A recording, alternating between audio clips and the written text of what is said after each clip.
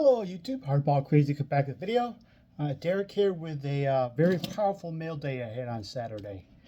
A little play on words there. I got some cards to mail from our fellow friend, the YouTuber Lou at Godlike Collectibles.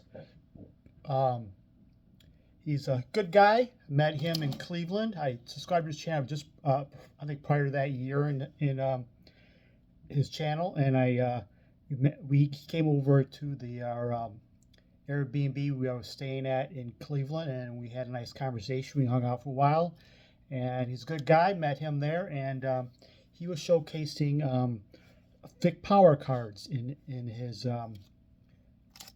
video. He's a big Vic Power collector. I think he said his dad's favorite player, so he honors his dad, and he collects Vic Power too. Good guy to collect. I'm going to talk about him today. I'll do a little showcase on him, talk about his career and some stuff you might not know about him. So he mentioned he got a duplicate of a 1960 Leaf Vic Power, and I said, hey, I commented, I'll trade for that. I said, no, I'll just send it to you. So he sent it to me, and he sent me two other Vic Powers he had dupes of. So my Vic Power collection has doubled. This is the three cards I had prior. His 54 Topps rookie card. By the way, 54 Topps is my favorite 50s Topps design. I just love the action, the color, and the portrait all in one. Logo in the corner, fun 50s backs on them. This set is growing on me tremendously, and I think 54 is my favorite 50 Topps set. So this is his 54 Topps rookie card with the Philadelphia A's. Then I have his 66 Topps card, his last playing days card.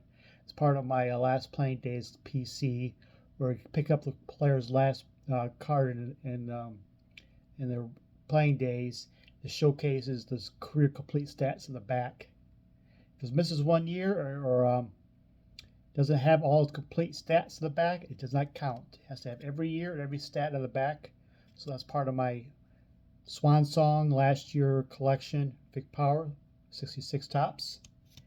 And also probably my favorite one, 61 Topps card of them. Got this when these cards hit the market way back when. Remember the Uncle Jimmy collection, where Jimmy was a collector in New York, and he got a lot of players signed when they played for the Yankees or visited the Yankees. So I got a Vic Power 61 Topps card, part of the Uncle Jimmy collection, signed by him.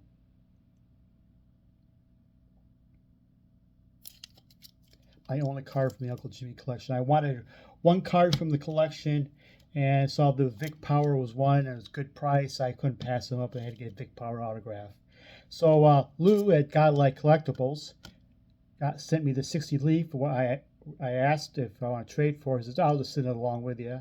So thank you for the gift, Lou. I appreciate it tremendously. And along with that, he got me the 63 Fleer Classic set and the 1962 Post, another Classic 60 set. So that gets me doubles up my Vic Power collection. Now I have 6 Vic Powers. But I want to talk about Vic Power a little bit briefly. You've probably, us baseball fans, collectors here, most of us never watched Vic Power played. As you see, he retired in the mid-60s.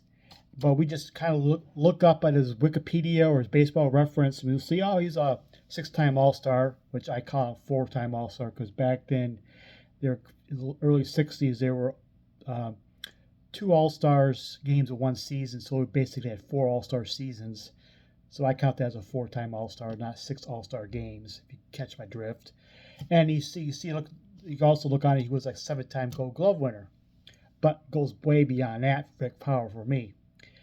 And if you want to give the argument of all-time greatest fielding first baseman, we always discuss Keith Hernandez and some other players. Vic Power has to be in the discussion. Yeah, he won 7 consecutive Gold Gloves, but prior to Vic Power, most first basemen, pretty much all first basemen, use the two-handed method, where they kind of call the ball kind of like this with the glove and catching it, you know. Well, Vic Power, he started to do the one-handed, what everybody does now. He started that. He was the one doing it. He was called flamboyant at the time because he did everything one-handed. And but Vic Power started that, so he was groundbreaking in his fielding, and pretty much everything first baseman fielding mechanics are done since Vic Power started the one-handed fielding. So he pretty much revolutionized defensively the first base position. Yet, no one talks about it. He is an all-time great defensive first baseman. He is from Puerto Rico and considered one of the all-time greats out of Puerto Rico. Of course, Clemente being the all-time greatest. And he was highly big-time fans in Puerto Rico. And post-playing days, or I think maybe during the post-playing days, he went back to his native Puerto Rico and taught youth baseball to youth and his fellow Puerto Ricans. And he also went to to Dominican Republic, did the same, especially in a small little town of San Pedro de Macorís. If you're a baseball fan grew up in my era, you would know that name instantly, because that name, a lot of shortstops, infielders from the 80s and 90s came from this really small town of San Pedro de Macorís in Dominican Republic. That town still produced more major leaguers per capita than many U.S. states. And some of the players, from the top of my head, came from there was like Tony Fernandez, Juan Samuel, I think it was Manny Lee was from there. There's a long list of infielders came from a little town called San Pedro de Macorís. And you probably give the reason why a lot of baseball players came from that small town, because Vic Power spent a lot of time over there teaching the game of baseball in that little small town. One of the players that came soon after the mid-'80s and '80s that came from that small town was Sammy Sosa. And we all know what Sammy Sosa and his big fan base and what he did in baseball in 1990, Mark McGwire, and how many fans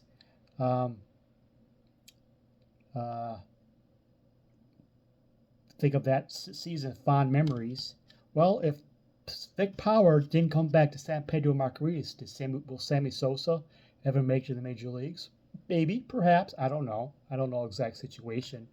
But you could probably give the a little credit to Vic Power. He's the one that taught the game in that era so often in that little town.